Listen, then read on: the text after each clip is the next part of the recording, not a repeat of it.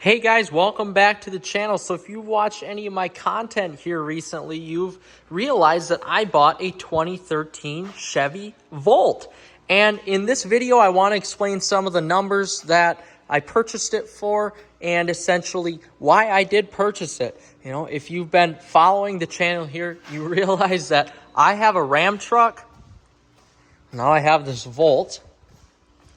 And I have, just to show you guys, I have this Challenger SRT8 along with this 300 SRT8. So you may ask, how can you afford this? Which sometimes I often ask myself that. And B, why did you do it? So first of all, I just want to start with this.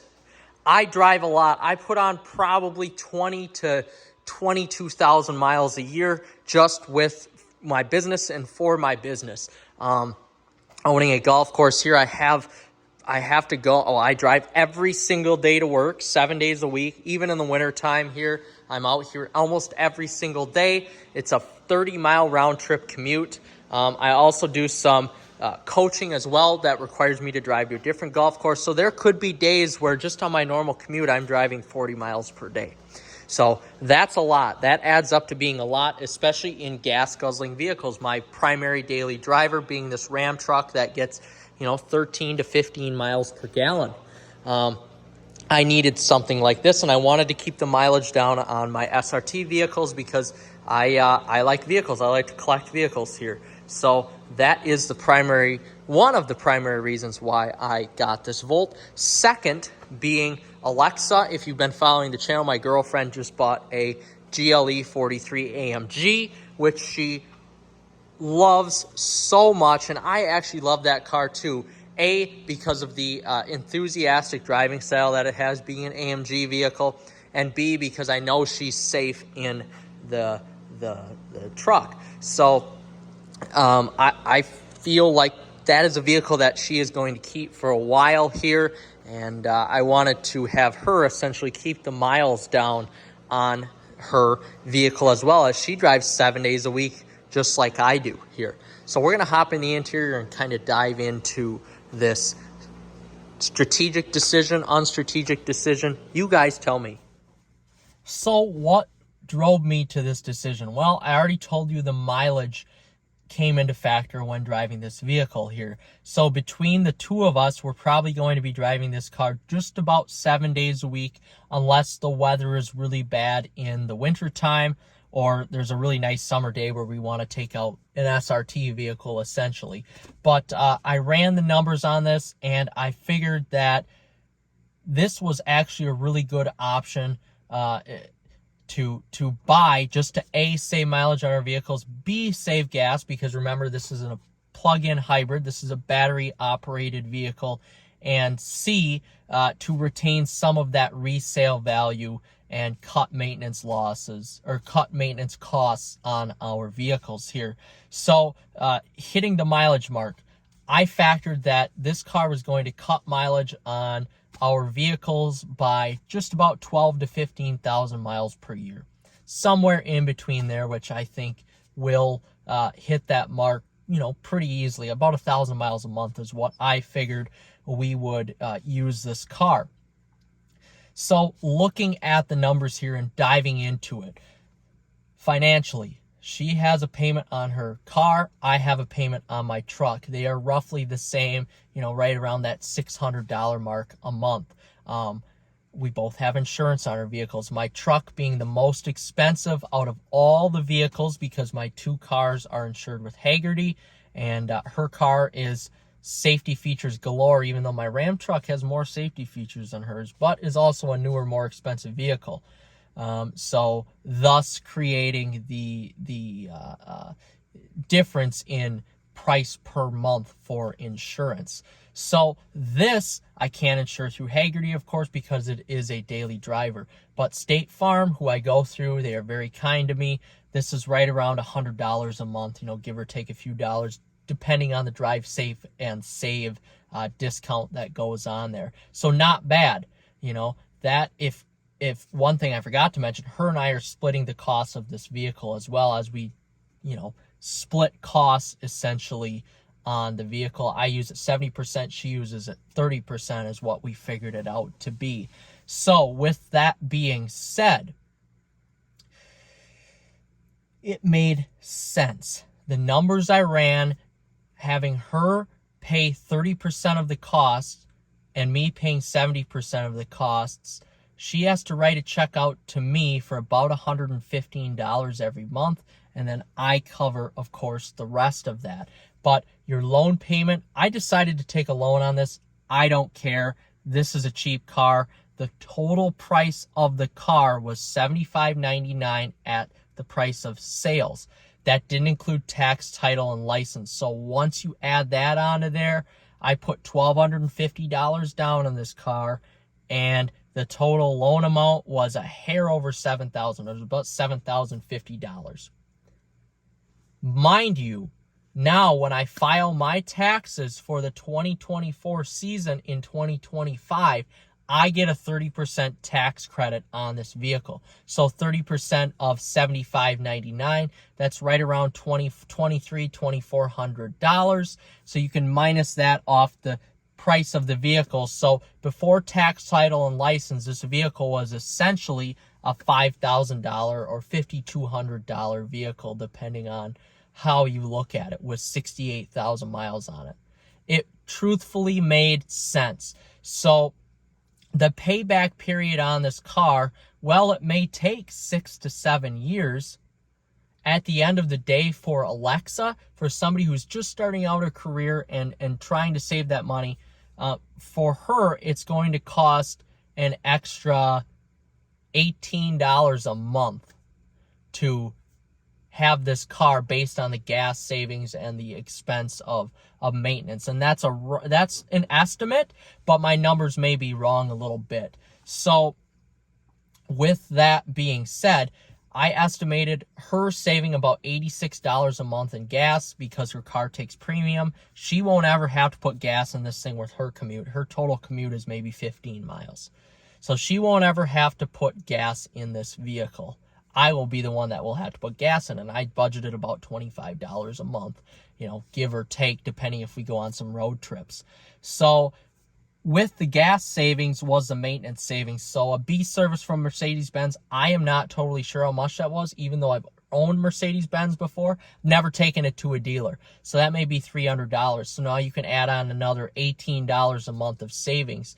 So now essentially she is paying me, or she is not paying me, but she's only costing her about $18 more a month. I didn't factor in tires into that. So if you factor in tires, now you're breaking even essentially for her, what she has to pay me compared to what she has to pay the gasoline pump. Now for me, on the other hand, it's costing me about $100 per month more than if I weren't having this car. I split the cost. I pay the insurance. I also pay the electricity on it.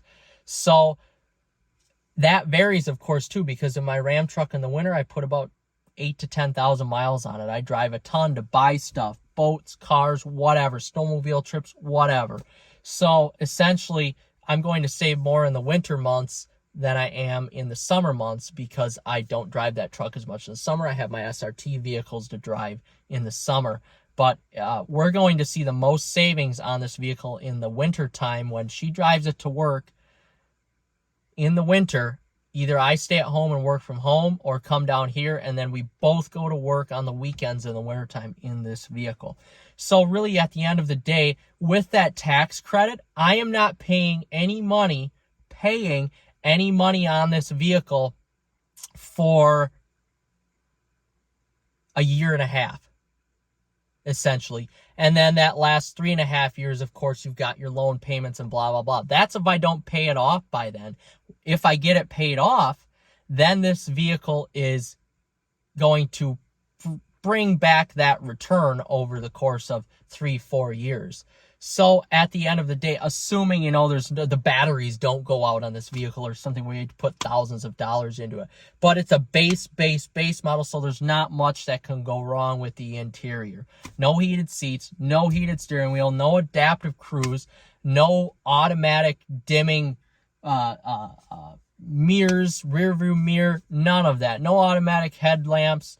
Well, it does have automatic headlamps, but no auto high beams, no auto rain sense. I mean, this is as base as you can get, which for me is totally okay. I'm fine with that. She's fine with that too. I mean, she has got a nice car. I've got a nice truck. We've got all the luxury amenities. We don't need to have this as a daily driver as something very fancy. I'm not shuttling people around in this. So really, at the end of the day, yeah, did I have to take out a loan on it? Well, yeah, of course I did. You can watch the channel and see how much stuff I bought. I could have paid cash for it, but why would I do that? A car payment on this and the truck is equaling, if you split that in half, you're looking at $700 a month for 2 vehicles. I know people that are paying $800 to $1,000 that are making less money than me per year on one vehicle. So I feel pretty good about myself right now and where I am at. And that's why I was able to buy this vehicle. So now my calculations and estimates didn't put any of our other 4 cars into the resale value of the calculation. I didn't put in that now I'm able to keep this truck longer. Now I'm able to keep the miles off. Those 2 cars, I can keep the miles off. The Mercedes, we can keep the miles off. So now you're looking at, hopefully, when we look to get rid of our 2 other dailies, truck and Mercedes, now you're looking at maybe an extra $1,000 or $2,000 of savings because the miles aren't there on the vehicle. Now, granted, this car, I didn't even consider that because I'm probably just going to drive this thing into the ground essentially, or, at the first sign of trouble, just get rid of it. These Volts literally go forever. So that's essentially why I've made the decision to buy it. And it may seem financially insecure or financially stupid, but I actually thought it was a financially good decision. I could have saved that extra $100 a month, but really at the end of the day, with YouTube revenue here hopefully soon and ways to make money with other jobs, I can just make that up essentially and not have to work very hard at it to do so, which is sweet. But I'm very happy with this vehicle so far. It's a fun little car to drive. The center of gravity is really low, so it's very responsive in turns. It is a little numb on center, but that's okay. I just wish it had wider tires, but again, then your range goes down too. So when I first bought this car, it had about 35, 36 miles of range. Of course, I drive a little lead-footed, so that goes down. But I know my limits with where I need to drive to work and everything else to where I'm not going to kick on that gas generator motor. But at the end of the day, I felt like I made a really good decision buying this car. And the credit score was almost perfect, which is amazing. I have it hanging up on my refrigerator right now. And I felt like I made a right decision with this. If I was paying this for myself, no, I wouldn't make that dumb financial decision. But if we were paying on it together, it makes complete sense because we're sharing the vehicle as we share our vehicles right now between the truck and the Mercedes. We share those vehicles. She's driving my truck at least once a week and I'm driving her car at least once a week. So, and that's at the bare minimum. So we're essentially splitting the cost of a car we own, and I'm very happy with that, and I'm very happy about this purchase. As you know, you follow the channel, I love vehicles. I love power sports. I love motorsports stuff. This gets me excited. I don't have a lot of time in life for hobbies, so this is kind of one of the only hobbies I have besides golf, and I truly enjoy reviewing and talking and driving about these vehicles. I have a really good passion for it. So there we go. That's why I bought the Chevy Volt. This car is phenomenal. If I didn't have 3 cars already, I probably would have bought an ELR. I probably would have bought the nicer version of this, the ELR, and that would have been my 3rd car instead of a 4th car. So at the end of the day, I love it. I really love it. All right, guys, thanks for watching, And maybe this information was helpful to you. I'd like to hear it in the comments. All right, guys, like and subscribe. Take care.